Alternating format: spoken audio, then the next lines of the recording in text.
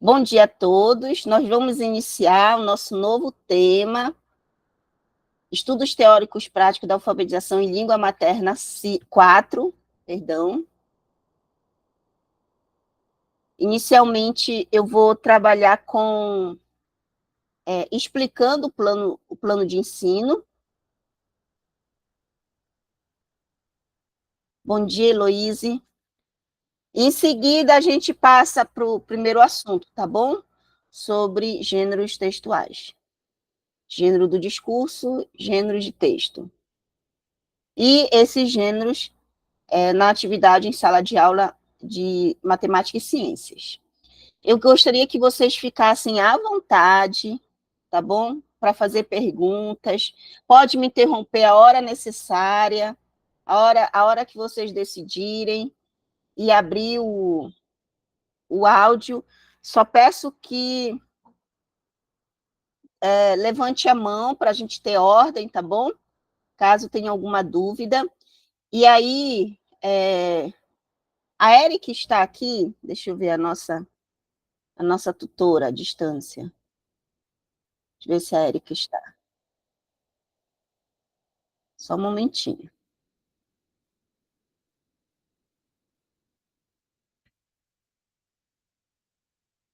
A Erika não está ainda, né?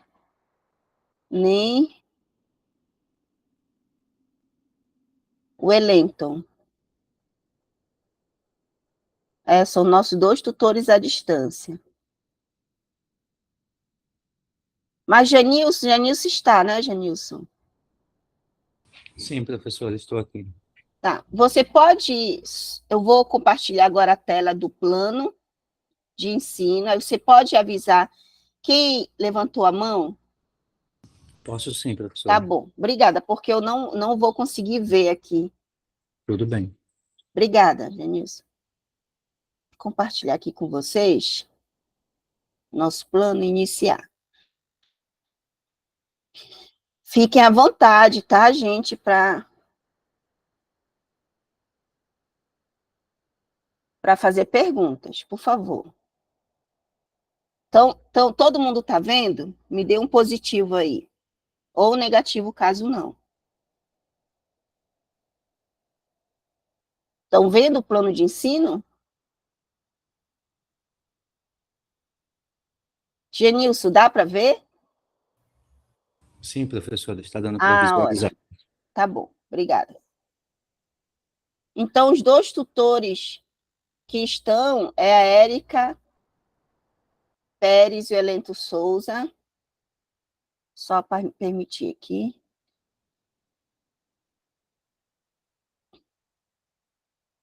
O objetivo central deste tema é elaborar atividades escolares práticas com assuntos de ciência e matemática envolvendo os mais variados gêneros de texto que circulam na sociedade, para serem aplicadas nas aulas do quarto e quinto anos e na segunda etapa da EJA, do ensino fundamental.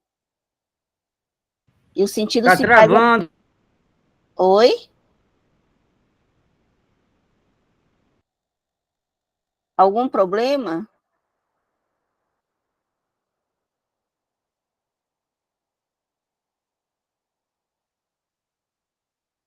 E o sentido se faz a partir dos próprios gêneros de texto, despertando nos alunos, crianças ou jovens e adultos a compreensão e clareza da construção de cada gênero de seu papel social, para assim realizar seu uso.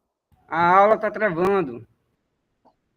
E ou construção para dominar o maior número possível e variado de gêneros de texto, sejam da vida cotidiana, né, escolar, jornalístico, publicitário, científico, enfim, etc. A ementa desse nosso tema.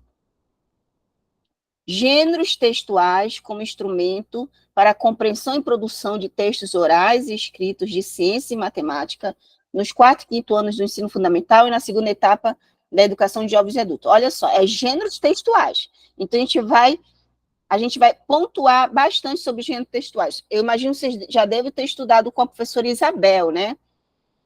No semestre passado, eu vi que ela ministrou gêneros textuais, eu acho que é esse mesmo tema, mas só que 3, se eu não me engano. É repetitivo? É, só que agora a gente vai ver para outro grupo de alunos, tá bom? Que é o 4º e 5º ano e a segunda etapa da EJA. O objetivo geral, proporcionar aos formandos um embasamento didático-pedagógico sobre gêneros textuais, orais e escritos na prática docente, no ensino de ciências e matemáticas, nos 4º e 5º anos do ensino fundamental e na segunda etapa da EJA.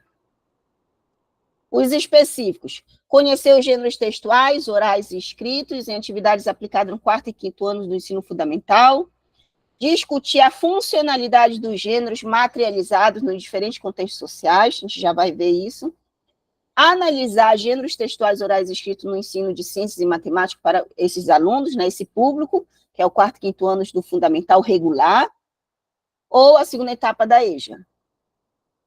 E o quarto objetivo específico é elaborar propostas didático-pedagógicas utilizando os gêneros textuais nas aulas de ciência e matemática para esse mesmo público. Então, esse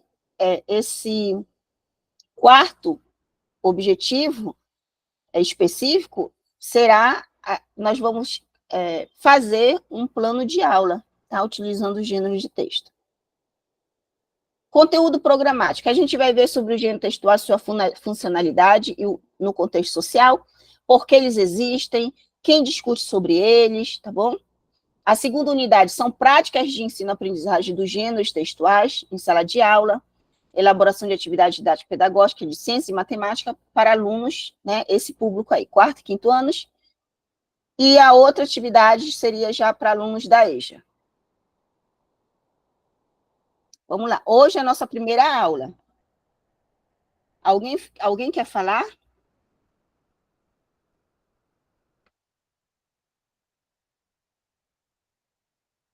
Não?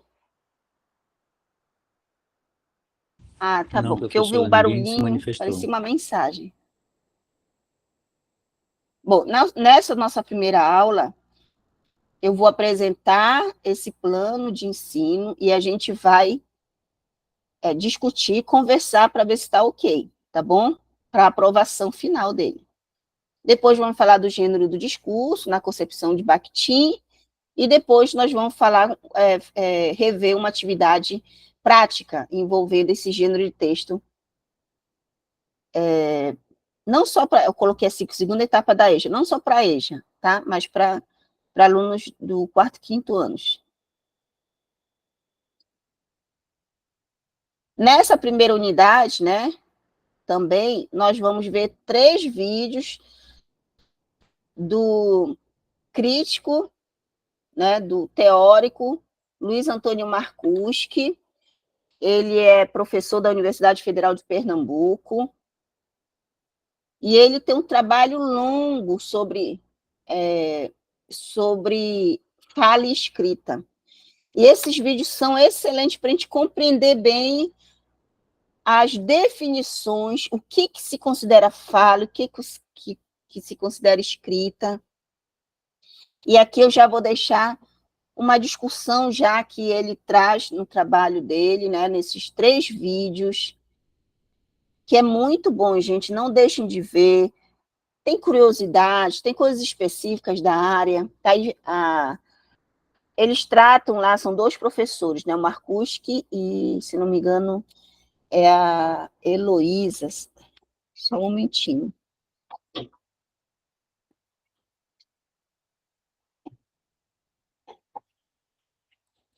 Só um momentinho.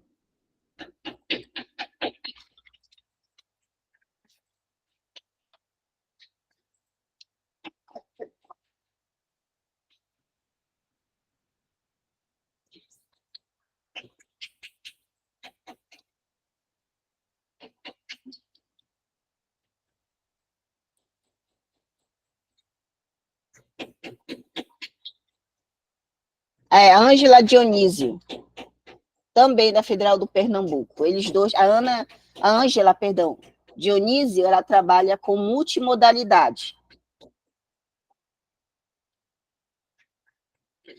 E o que é interessante nesse aspecto, né? Principalmente quando a gente pensa na sala de aula, Na sala de aula, a gente tende a pensar que é só a escrita que tem grande valor escolar e ou social, né?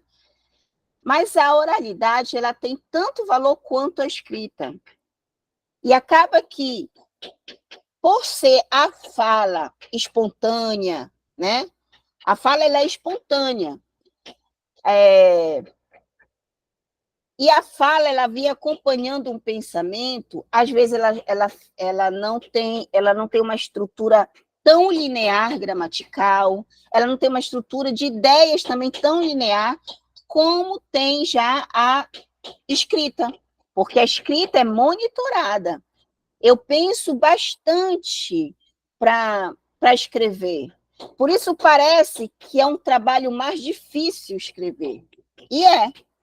Mas não que a fala não seja tão difícil. Por exemplo, pessoas que não desenvolvem gêneros de textos orais acabam não sabendo falar numa palestra ou apresentar um trabalho, né?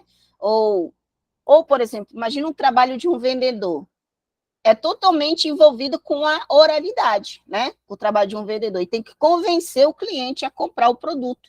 Então, imagine esse trabalho. Então, a fala ela precisa de tantos recursos para ser desenvolvido quanto a escrita.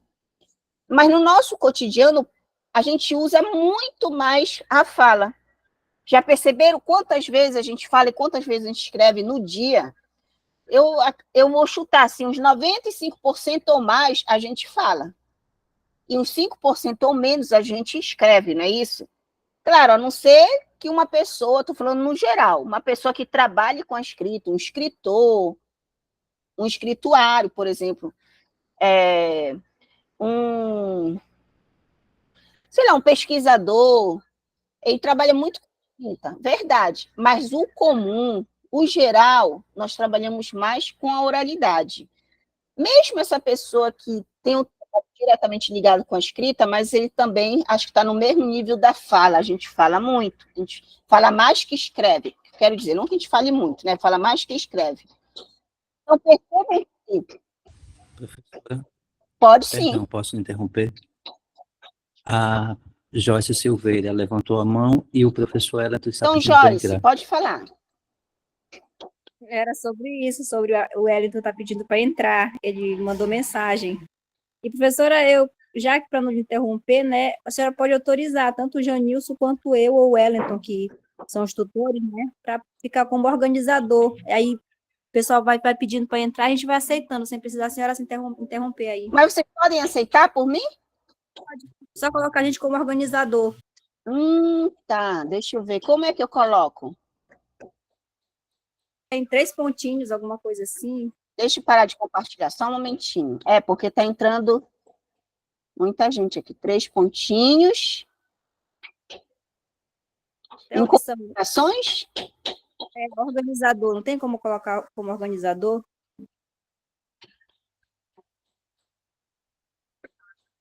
Deixa eu ver aqui nas configurações.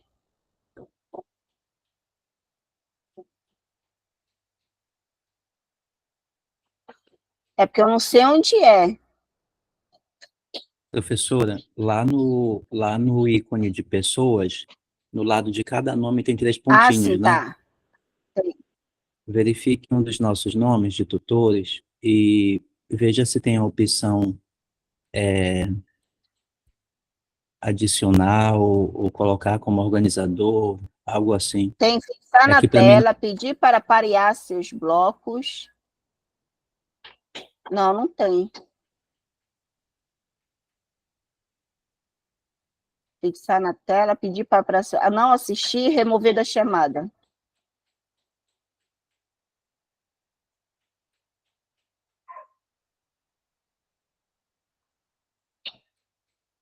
Adicionar pessoas. Será que é isso? Não, né?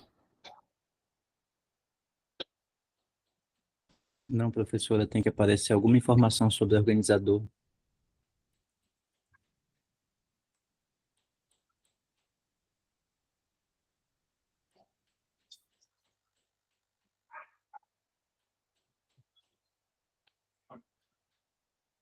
Deixa eu ver isso aqui nos 3 pontinhos. É organizador, né? Gerenciar streaming.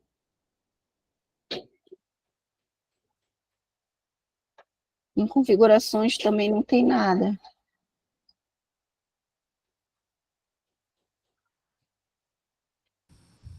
Só um momento, que eu estou verificando aqui e já lhe retorno. Tá bom. Bom dia, professora. Bom dia, pode falar. É para colocar para o organizador? É, Tem que ir nas pessoinhas aí, tá? os bonequinhos. Aí, no lado do nome da pessoa, clica nos 3 pontinhos e põe para o organizador. Não aparece para mim. Olha o que aparece. Fixar na tela, esse? Não. Pedir para parear seus blocos. Você está com dois acessos? No Meet, não, só um. Não, só esse. Porque quando geralmente está com 2 abertos, tem que ser o que foi organizado a sala. Não, só esse. Está aparecendo aqui, organizador da reunião. Tá aparecendo para você? Não, no seu nome, está aparecendo organizador da reunião. Aí era para aparecer a opção co-organizador para gente. No seu, na verdade. Aham. É, só tá aparecendo essas 3 coisas aqui.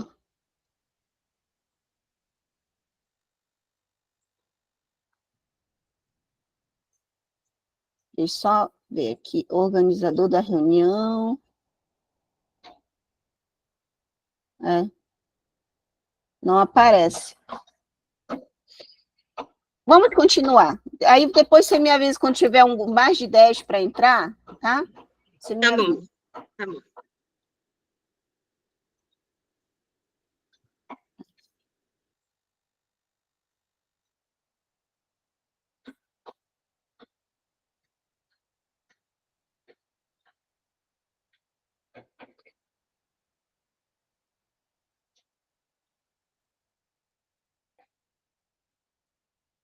Vocês conseguem ver assim também? Está muito pequeno?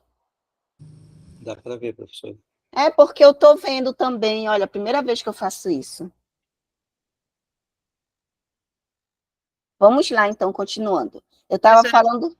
Pode falar. acredito que é porque está sendo gravada. É, eu tinha que ter colocado antes, não é isso? Isso, como está sendo gravada, não pode apagar. Então, deixa eu terminar isso aqui. Quando eu for para a aula, a gente dá um intervalinho de 10 minutos, aí eu coloco antes e gravo, tá? Então, deixa eu terminar só essa primeira unidade aqui. Eu estou falando algumas peculiaridades dessa materialidade da língua. Entendam que o que seria essa materialidade da língua? É quando eu tenho a minha língua. Nunca confundam língua com linguagem. A língua portuguesa é uma língua, Libras é uma língua, o espanhol é uma língua, o inglês é uma língua. Por que é uma língua? Porque eles compartilham de grupos sociais. Tá? Há uma convenção social diferente, por exemplo, da linguagem matemática. A linguagem matemática é uma linguagem, não uma língua, porque ela barra, a linguagem matemática, aliás, como é a palavra? Ela sai do limite nacional de um território. Ela borra os limites de países. Então, se eu estou estudando, por exemplo, uma fórmula matemática nos Estados Unidos, vai ser a mesma na África, a mesma na Ásia, porque há uma convenção, mas é uma convenção em que há um limite, entendeu? Não é uma linguagem de comunicação fácil, é uma linguagem de comunicação científica, vamos dizer. A linguagem matemática ela tem essa característica. Ela borra os limites dos países, ela não depende de grupos sociais, diferente da língua. A linguagem cinematográfica é a mesma coisa, a linguagem pictórica, né, que são os quadros pintados, a linguagem fotográfica, a linguagem musical, a linguagem da dança. É muito diferente quando a gente fala o que é uma língua. A língua Eu estou indo bem antes. Bom dia, João. Eu estou voltando um pouquinho antes para vocês entenderem quando chega nessa materialidade da língua. A língua, por exemplo, ela é natural, a língua oral, né? A oralidade ela é natural no ser humano, desde que esse ser humano esteja num grupo social, tá? Porque já encontraram, sim, crianças que cresceram em selvas e elas não falavam palavras de uma língua, elas só faziam gestos, ruídos da floresta, vamos dizer assim. Então, elas não falavam palavras, mas elas tinham uma oralidade, mas uma oralidade, isso, é transcultural, isso. A linguagem matemática é transcultural. Elas tinham uma oralidade, só que não uma oralidade de língua, uma oralidade de sons da floresta, elas uivavam, faziam os sons que os animais fazem, né? O vento faz e tudo mais. Então, ela é natural, a língua oral, quando há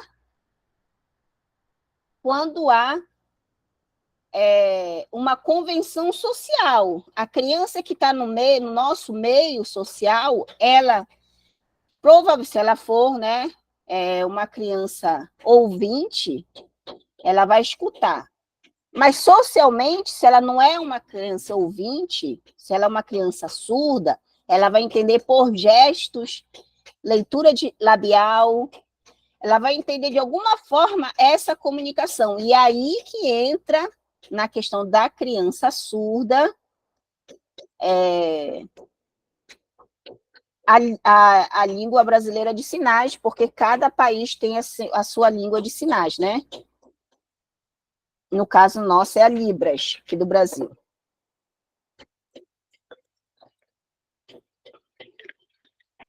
Voltando aqui, gente, para o nosso trabalho. Então, quando a gente pensa nessa materialidade da língua, há duas formas de materializar a língua. Na oralidade e na escrita. Na oralidade, ela é materializada como o Saussure definiu lá no curso de Linguística Geral. Ele definiu que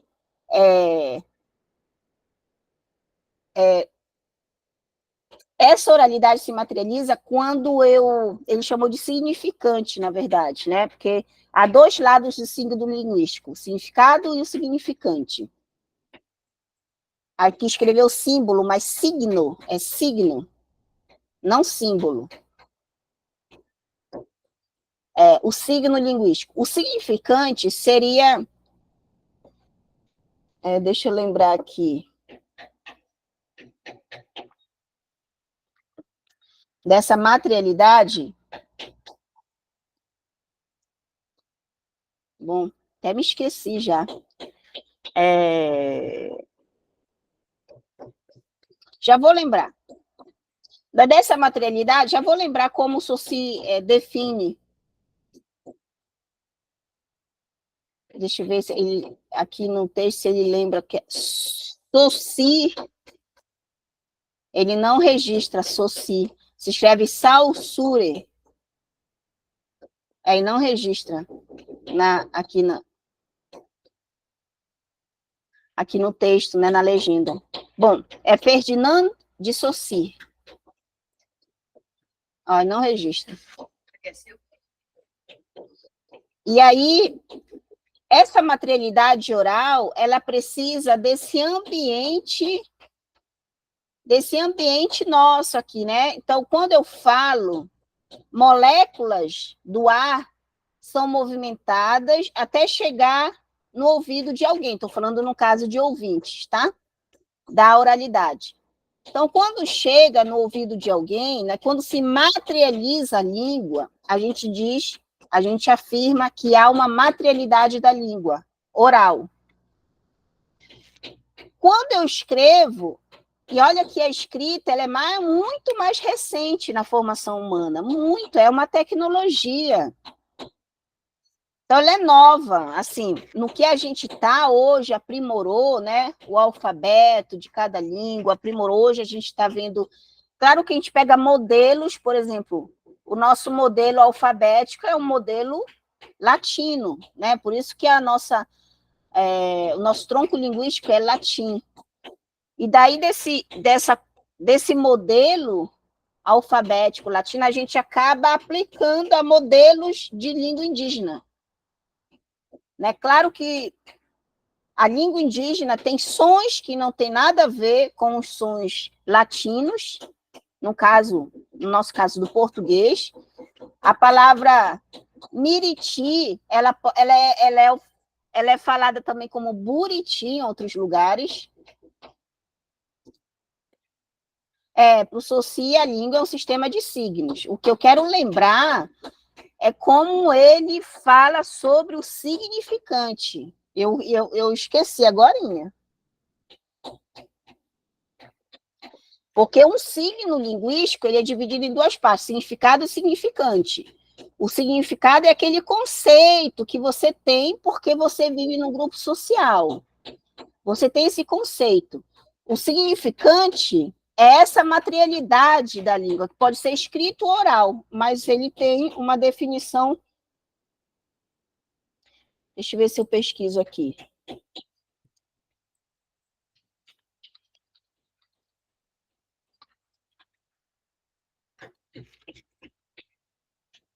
Ah, tá.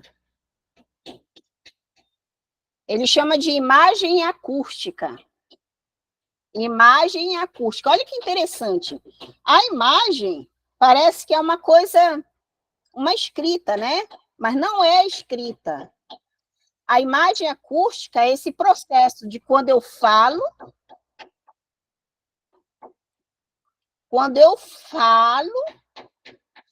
mexe as moléculas aqui, chega no ouvido de alguém e faz uma imagem acústica. Isso é o significante.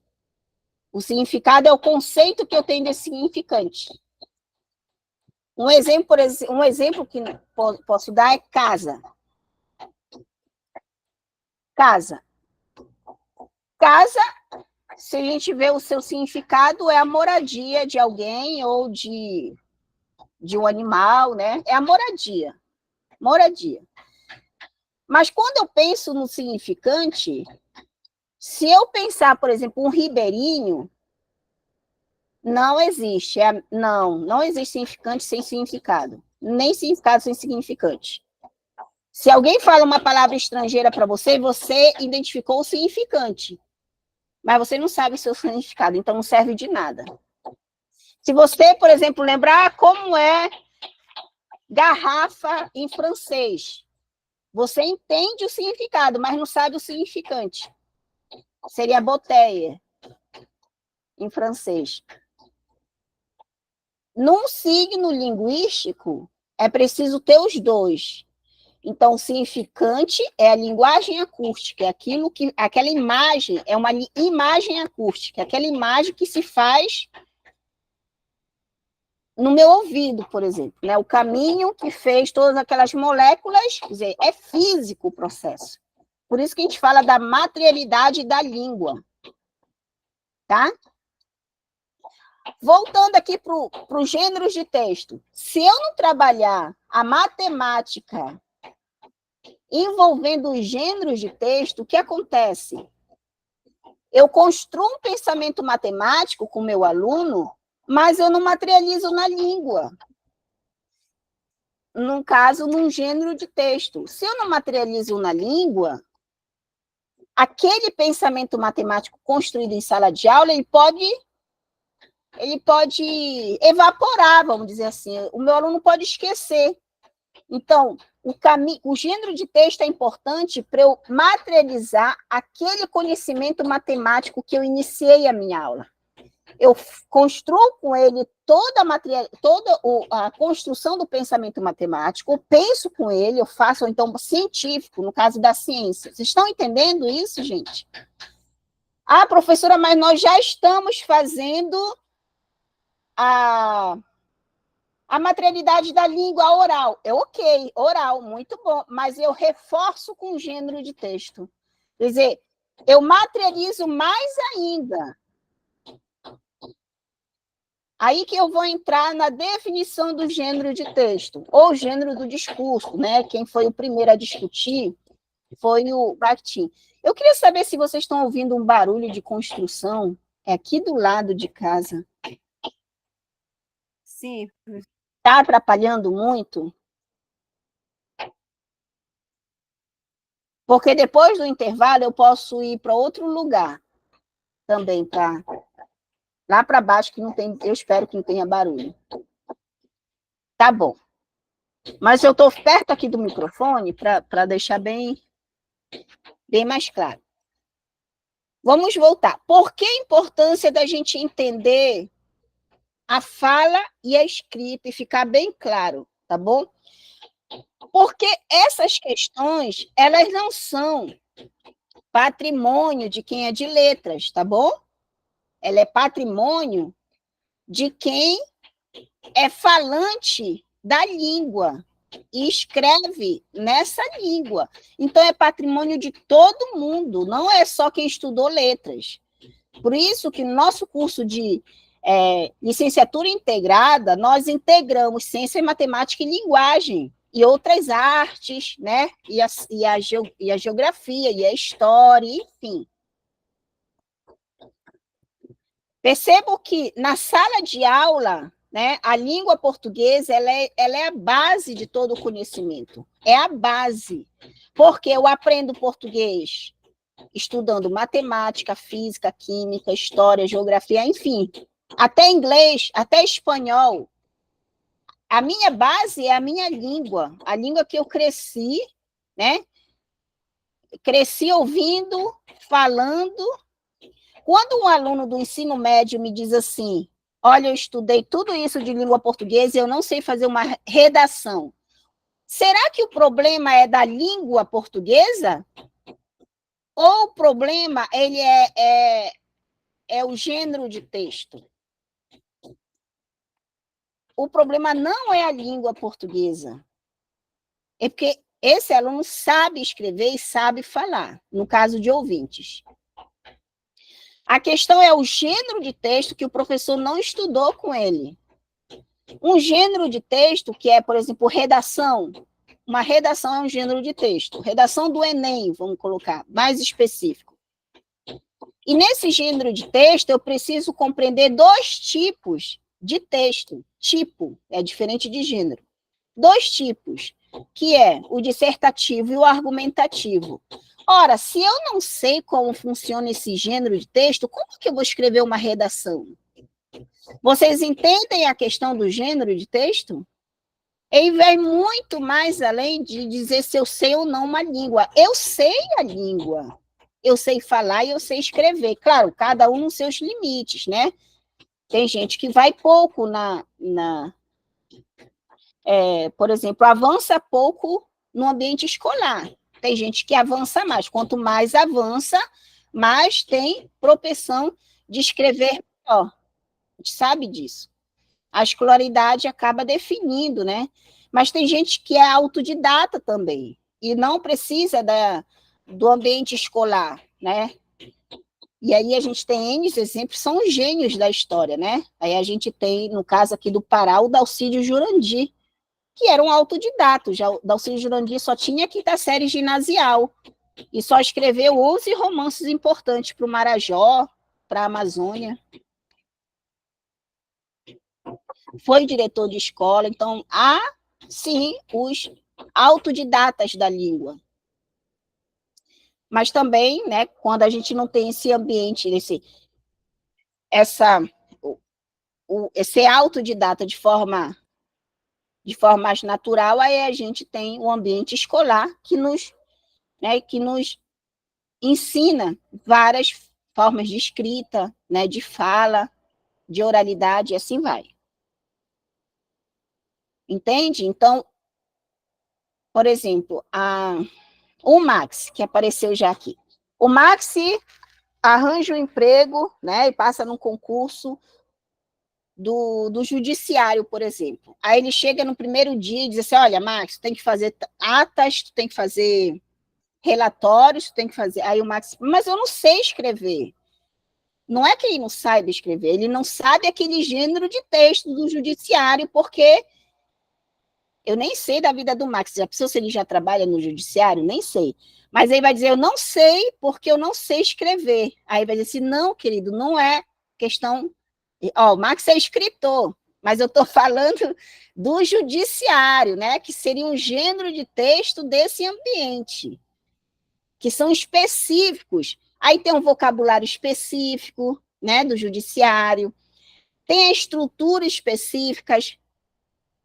Nessa área não. Então, não é que a gente não saiba a língua, a gente não sabe o gênero de texto daquele ambiente. Depois eu vou entrar no Bakhtin, para explicar melhor o gênero de texto. Eu só quero que vocês percebam qual a importância que é o gênero de texto. E, segundo o Bakhtin, onde houver uma atividade humana, vão existir gêneros de texto. Seja eles orais, sejam eles escritos. Tá bom? Então, o primeiro tópico é entender a diferença entre fala escrita e Marcuse, que é muito bom esse texto. O Marcuse que vai fazer diferença entre a fala. Ele dá um exemplo de uma sala de aula em que todo mundo está olhando para o professor, mas tem uma pessoa lá atrás, ninguém pode olhar. Ela vai ler um texto. Aí, quando essa pessoa lê o texto, a pessoa da frente que não viu quem está lendo o texto, mas só ouviu, ela vai dizer se é homem ou mulher. Ela vai dizer mais ou menos a idade, se é criança, se é idoso. Ela vai perceber o sotaque, se é nordestino, se é paulista, né? Se é sulista, e assim vai. São características, quer dizer, a oralidade marca a identidade do falante. Porque assim a gente identifica várias possibilidades só em ouvir a fala de alguém, só em ouvir, né, esse texto lido ou falado por alguém. Isso é um exemplo muito legal, diferente da escrita. Como eu já falei, a escrita é monitorada. Na escrita eu não sei o gênero. Na escrita eu não sei a idade. Na escrita eu não identifico sotaques. Olha só como a escrita ela faz um apagamento da identidade, né? Diferente da fala. Tudo certo, gente, até agora? Olha, o Paulo levantou a mão, pode falar, querido.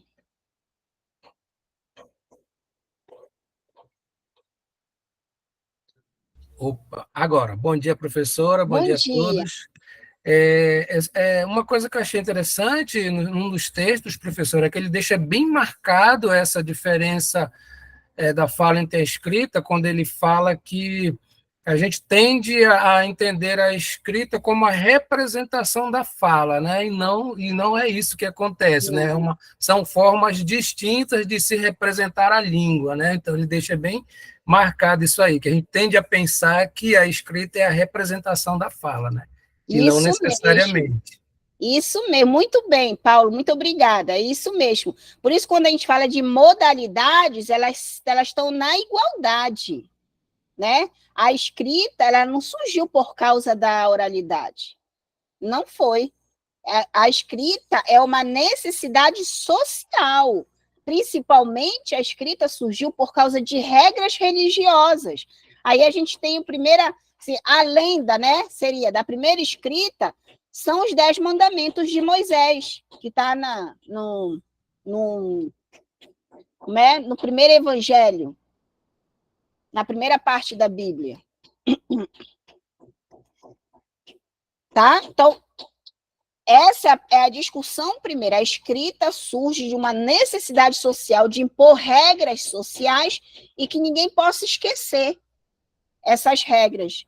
A gente tem, por exemplo, escritas antigas em locais de feiras, em locais de comércios, na beira do rio, beira do mar, perdão, na beira do mar, comércios, por exemplo, na Europa, na África, em que a escrita aparece por causa do comércio.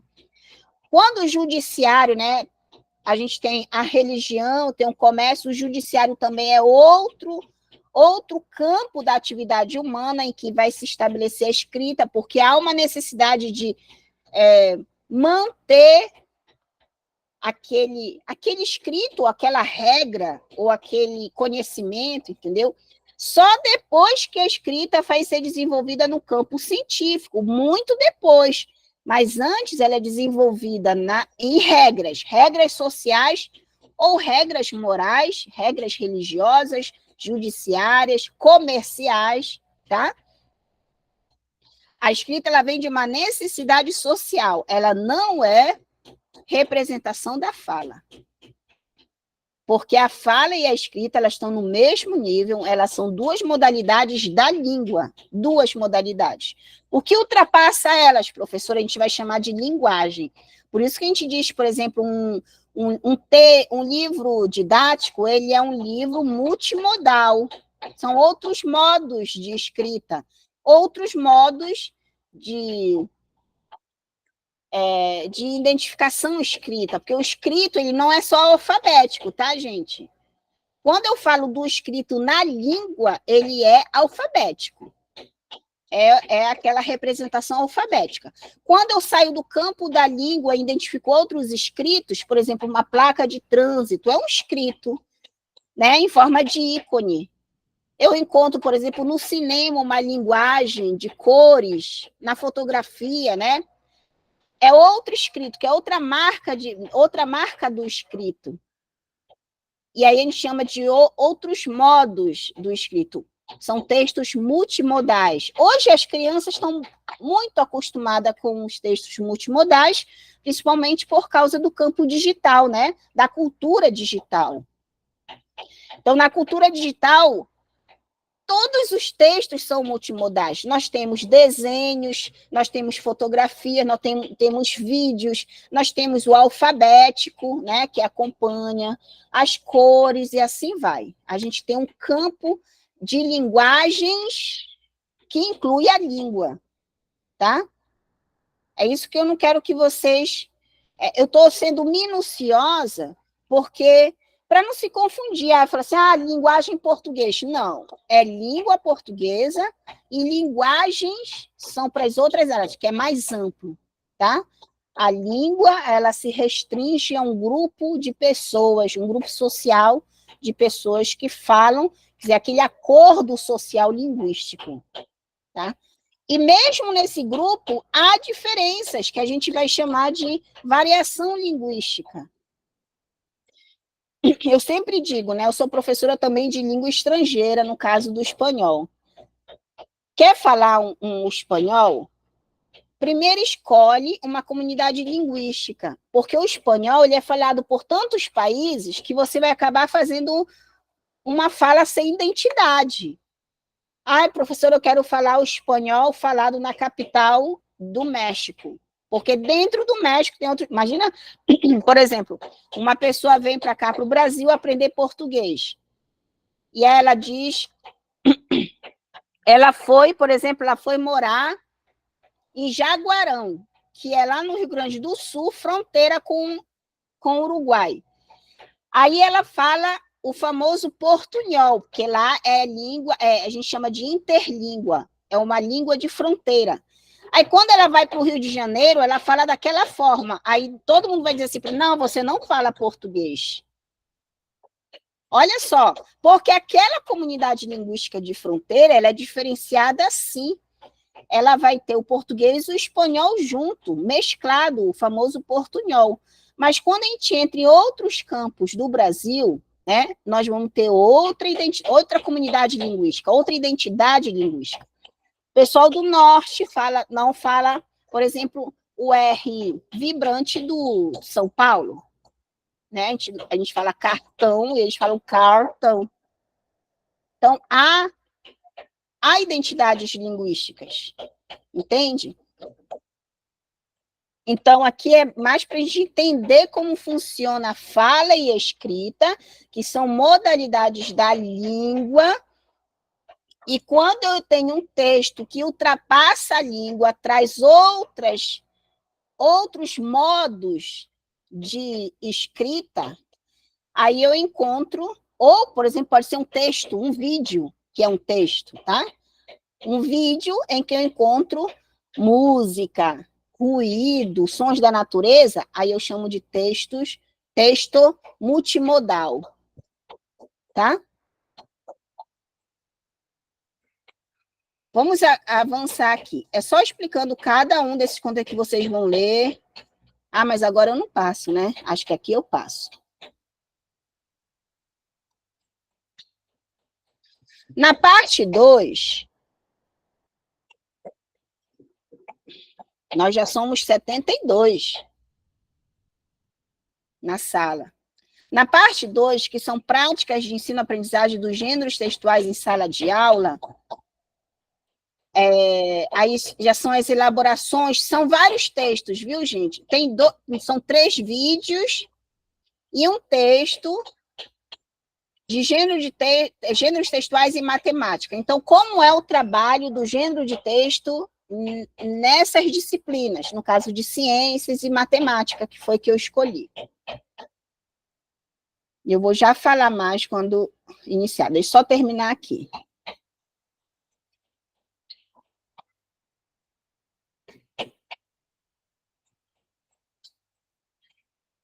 Aqui, vou já ligar o meu vídeo, só um momentinho.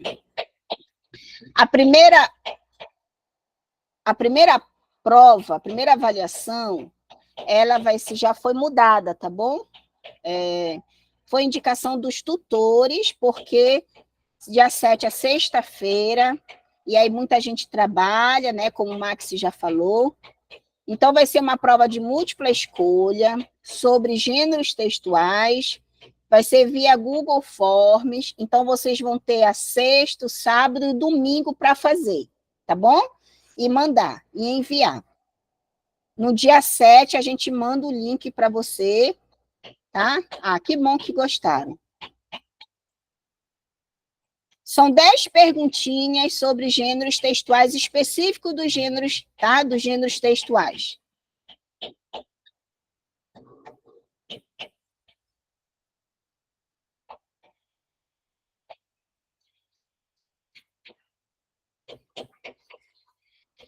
Aqui, nós temos a unidade 3, prática de ensino, aprendizagem dos gêneros textuais em sala de aula, elaboração de atividade. Nós temos aqui 2 vídeos, um texto e 2 livros, falando, né, dessa relação da EJA, principalmente, tá?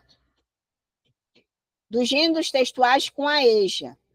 A gente sabe que há um diferenciado no ensino da EJA do ensino do regular com as crianças. A gente não pode infantilizar o ensino da EJA. Então, muita gente da EJA, né, tem muita experiência de letramento. Pode ser que ela não saiba ler, por exemplo. Mas ela exerce a língua escrita e oral socialmente de forma, assim, não plena, mas satisfatória, vamos dizer. Ela consegue pagar suas contas, não é isso?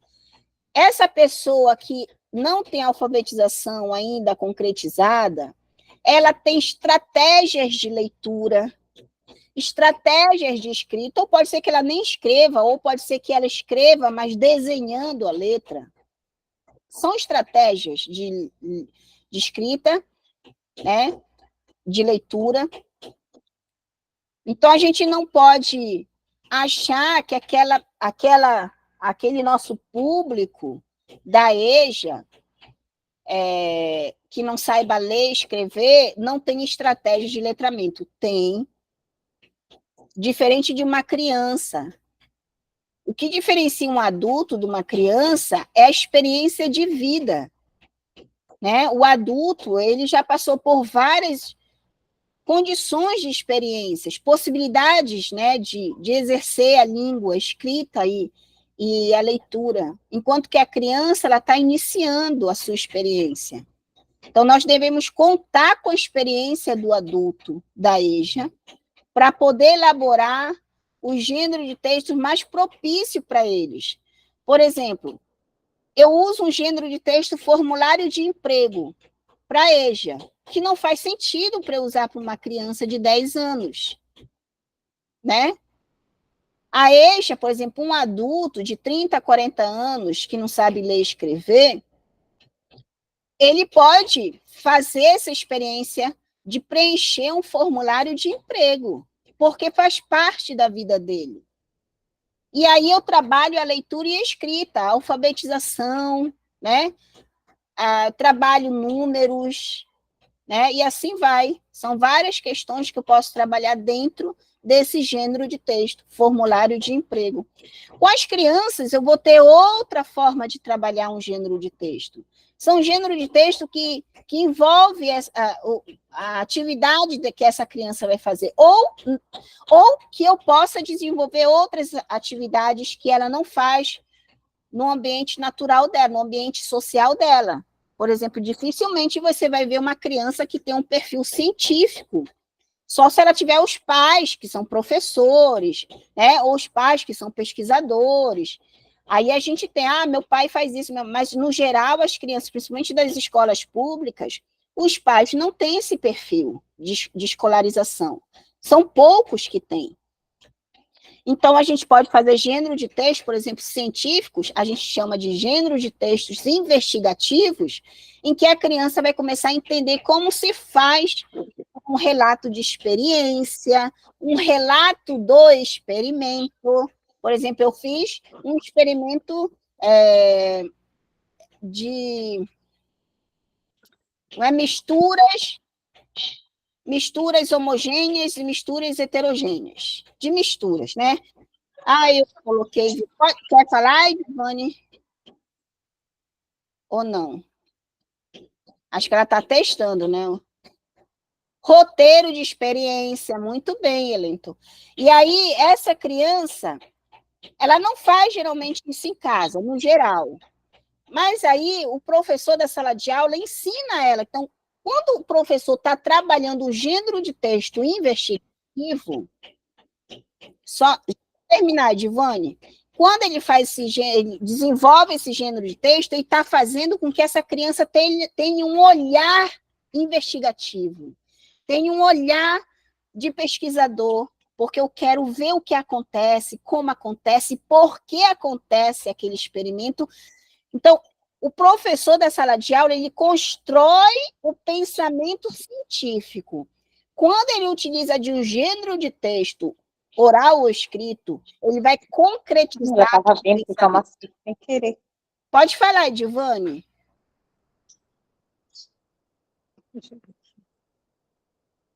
Você quer falar? Você levantou a mãozinha ainda agora? Vocês estão entendendo, gente? É aquilo que o Piaget fala de assimilar e acomodar um conhecimento novo. Como a criança vai assimilar e acomodar esse conhecimento novo? Quando eu construo o pensamento matemático ou científico, e o gênero de texto, isso é o momento de assimilar. O gênero de texto, ele vai acomodar, porque a criança vai fazer, vai escrever, fazer no sentido de escrever, porque ela vai pensar, ela vai construir. Já foi feito aquele exercício matemático e científico. Agora eu vou utilizar o gênero de texto para concretizar esse pensamento. Então, eu vou pensar mais uma vez nele, entendeu? Eu vou materializar na língua tudo aquilo que eu pensei, que eu construí no pensamento da matemática e da ciência.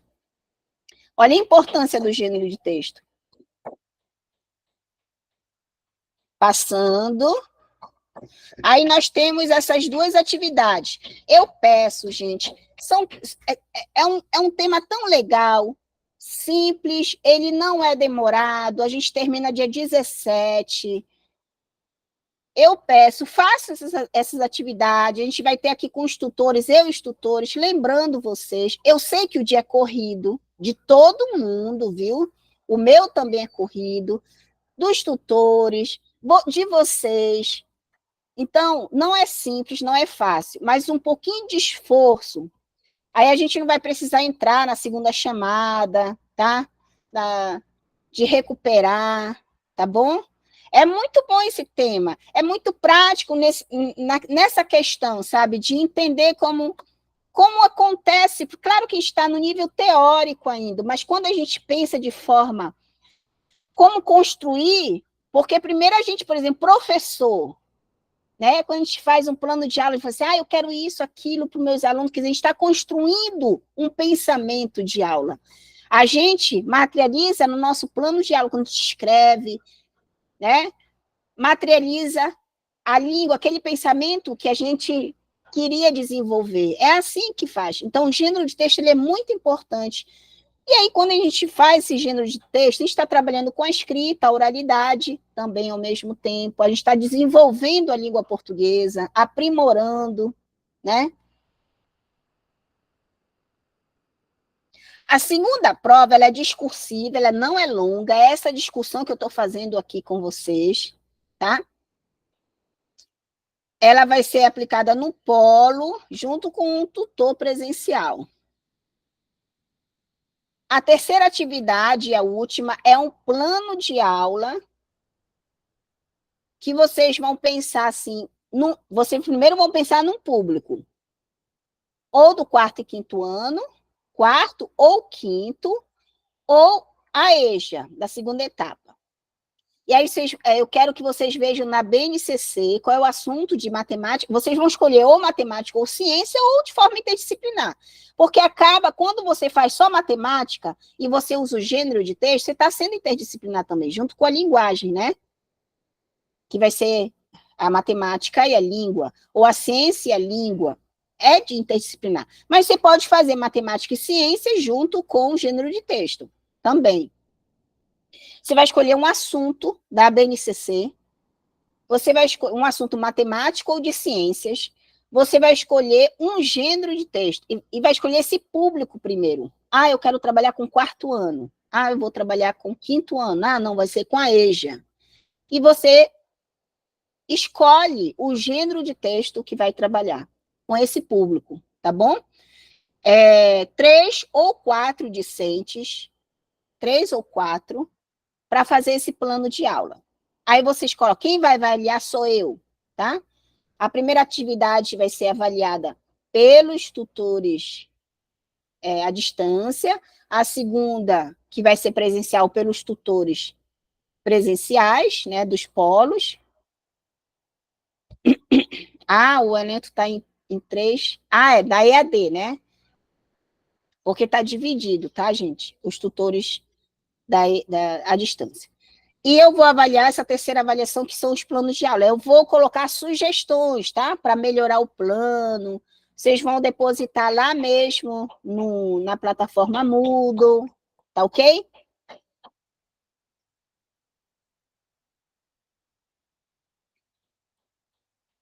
Pode falar, Genilson. Bom dia. Bom dia. Assim, professora, teria como fazer esse plano de aula individual também, porque eu moro na cidade de Parintins, aqui no Amazonas, e é muito difícil, dificilmente está em Juruti pelas aulas presenciais. E esse plano de aula tem que ser em grupo, né, de 3 ou 4 pessoas. Não vai ser individual, Genilson, é em conjunto. Você pode fazer um grupo no WhatsApp. Hoje, eu faço, por exemplo, trabalhos em grupo com gente de Santa Catarina, com gente da Espanha, com gente do Ceará, tudo no virtual, tudo no WhatsApp. Tá, é difícil em algum momento, mas outro, então, não precisa estar presencialmente agora, né, sincronicamente como eu estou com vocês, mas o meu grupo funciona, cada um dando mais... Um começa o plano de aula, outro vai construindo, entendeu? Joyce, pode falar. É justamente sobre isso, né? Porque tem a opção do Google Docs, né? E a pessoa Isso, compartilha entre várias pessoas, por exemplo, se o grupo for de 3 ou 4, né? E as pessoas editam ao mesmo tempo. Então não precisa, um faz uma versão, aí manda para o outro. Aí o outro edita, depois termina de estudar, envia para o outro, para não ficar vários trabalhos e ninguém no final saber qual é a versão final, digamos assim, né? Então o documento isso. compartilhado, Aí fica uma pessoa responsável, né, Joyce, para fechar aquele trabalho, se está tudo ok, e enviar. exatamente. Então, dá para fazer de forma virtual. Então, tem essa opção do Google Docs. Quem não tem aplicativo, procure e veja vídeos como trabalha, porque dá para trabalhar. Só uma dica, né? Isso mesmo. Por que que eu insisto em que seja em grupo? Porque quando você for professor não trabalha sozinho, trabalha em grupo. Por isso essa importância. Pode falar, Janilson.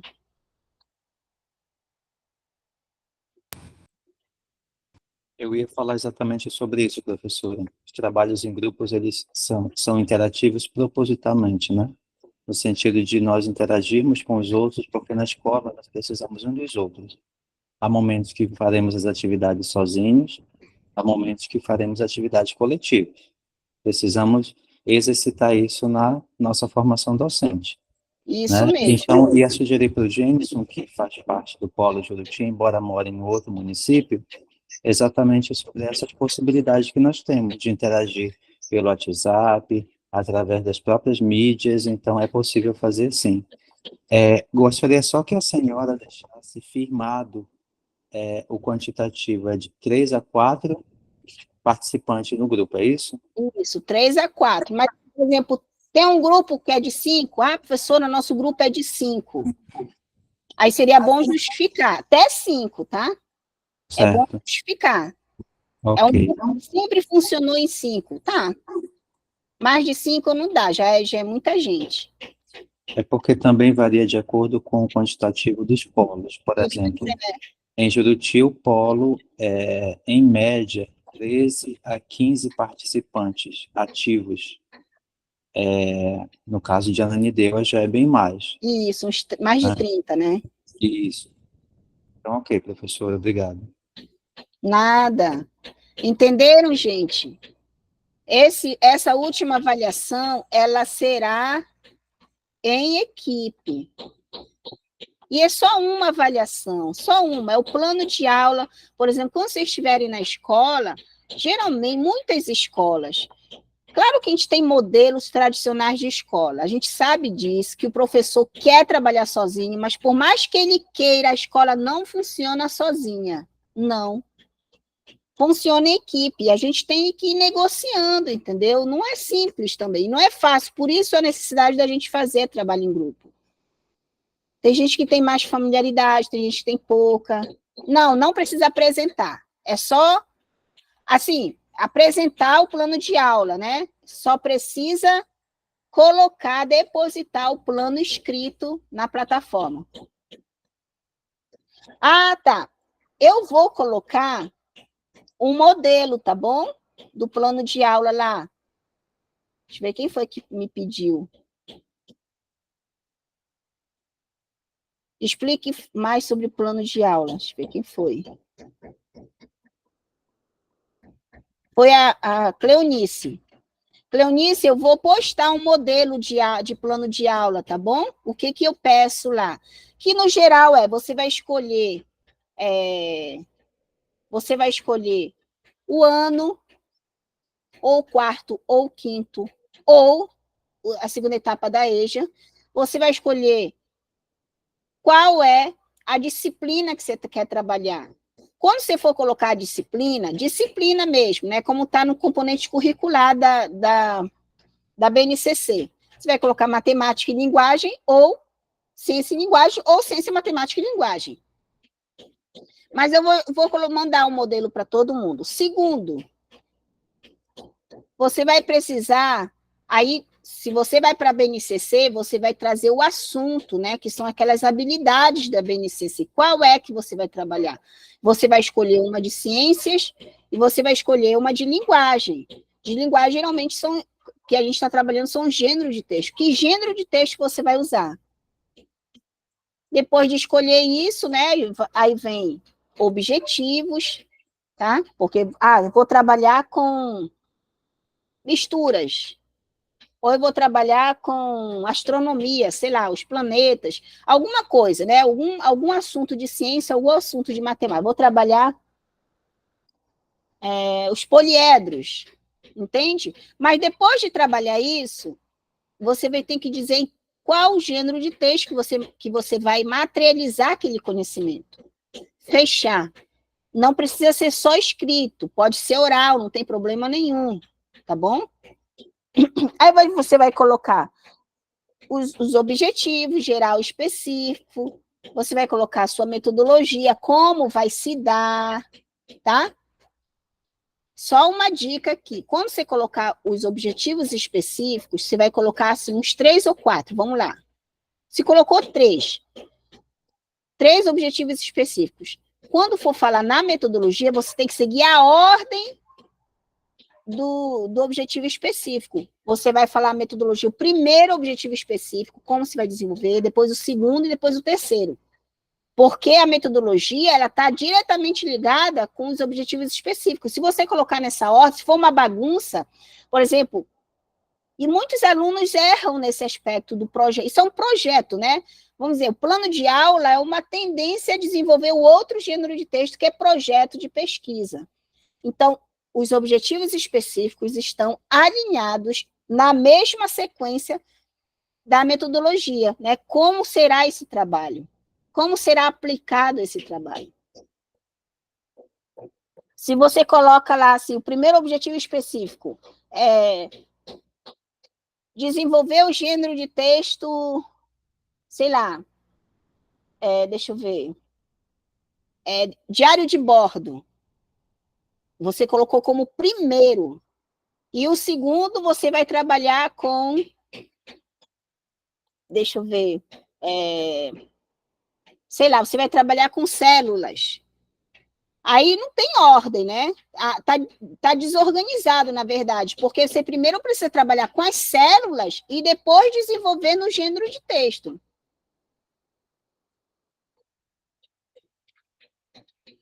Alguém sabe explicar aí sobre a Altamira? A Denilda quer saber. Mas é assim, não fique... Quem é que está falando RF, Mari? A Mari.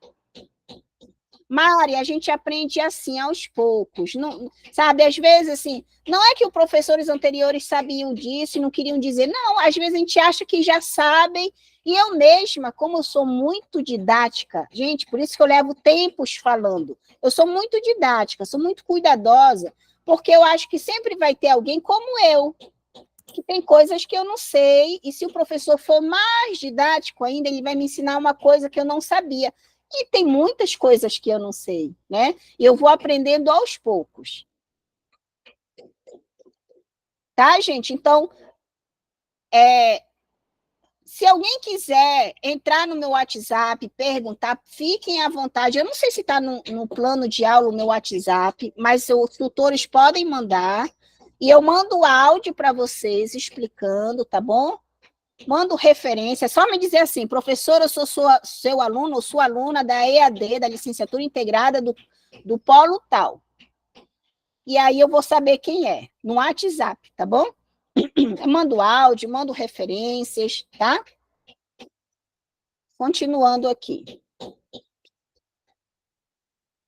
Aí tem essa avaliação substitutiva, né? Eu espero que ninguém faça, que a gente vá logo desenvolvendo. Nessa formatação de trabalhos do tema, por favor, sigam esse padrão aqui. Fonte Arial, tamanho 12, espaçamento e-mail, e recomenda ser postado em formato Word. Por que em Word? Porque assim eu posso colocar aquelas observações do lado mais claras, porque é difícil eu fazer isso com como é o texto em PDF, tá bom? Coloque em Word, que fica mais claro, porque a questão dessa terceira avaliação não é acertar 100%, não é isso. Vou dar uma nota para vocês. Quem me entregar, gente, praticamente já tem a nota para passar, mas precisa me entregar, e eu vou fazer as correções, mas também não vai fazer de forma, né, sem compromisso. É um compromisso, porque é um aprendizado, uma forma de entender, fazendo o plano, tá bom?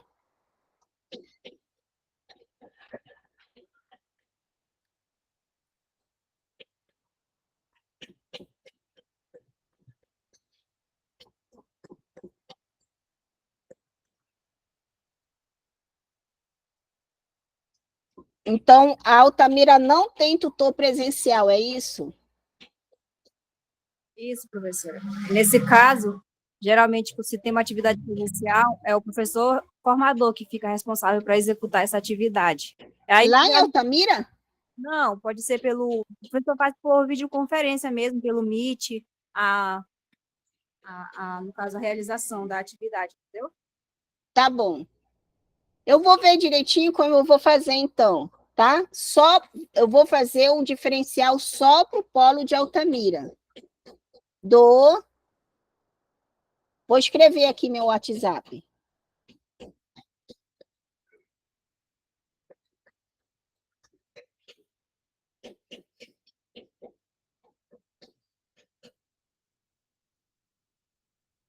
É esse.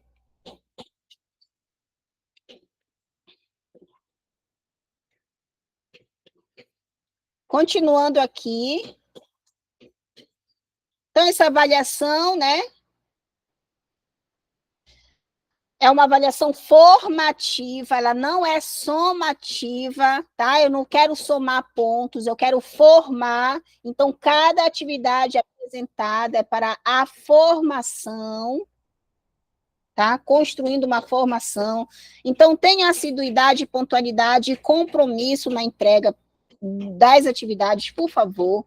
Eu não chamo de provas, eu chamo atividade, o que vocês vão ler. Eu coloquei muitos vídeos, gente. Os vídeos são ótimos da nossa área, né, da linguagem. Tem o vídeo da professora Ana Maria Pessoa de Carvalho, que é uma professora de ensino de física da USP, acho que já está até aposentada, excelente quando trabalha o ensino por investigação, que é o nosso foco no Clube de Ciências da UFPA.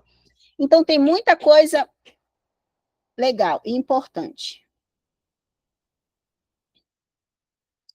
E aqui, a avaliação, né, como eu já expliquei,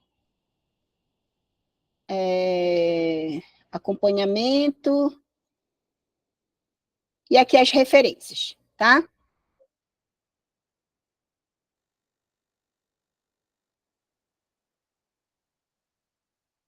E agora eu queria falar um pouquinho do Bakhtin. Eu só vou pegar o livro aqui rapidinho, tá aqui atrás, só um momento. Falando nisso, vamos dar um intervalo de 10 minutinhos e voltamos. Aqui mesmo, tá? Eu só vou parar de gravar e depois eu gravo de novo, aí a gente começa a aula para definir, tá bom? 10 minutinhos, gente.